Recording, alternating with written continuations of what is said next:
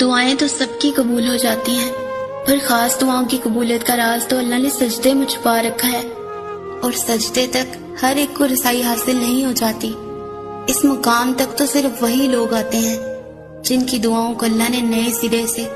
ان کے پسندیدہ انداز میں قبول کرنا ہوتا ہے۔ اللہ کی عطا کے خزانے تو بے شمار ہیں، اور وہ تو بن مانگے بھی نواز دیتا ہے، پر سجدے کی لذت سے کسی کسی کو آشنا کرتا ہے،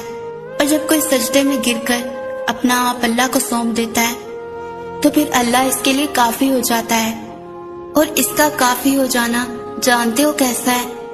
تمہاری راہ میں آئی رکاوٹوں کی ہر چٹان کو وہ لمحوں میں گرا دیتا ہے، تمہارے چاہنے سے پہلے ہی تمہاری چاہ کو تمہارا مقدر بنا دیتا ہے،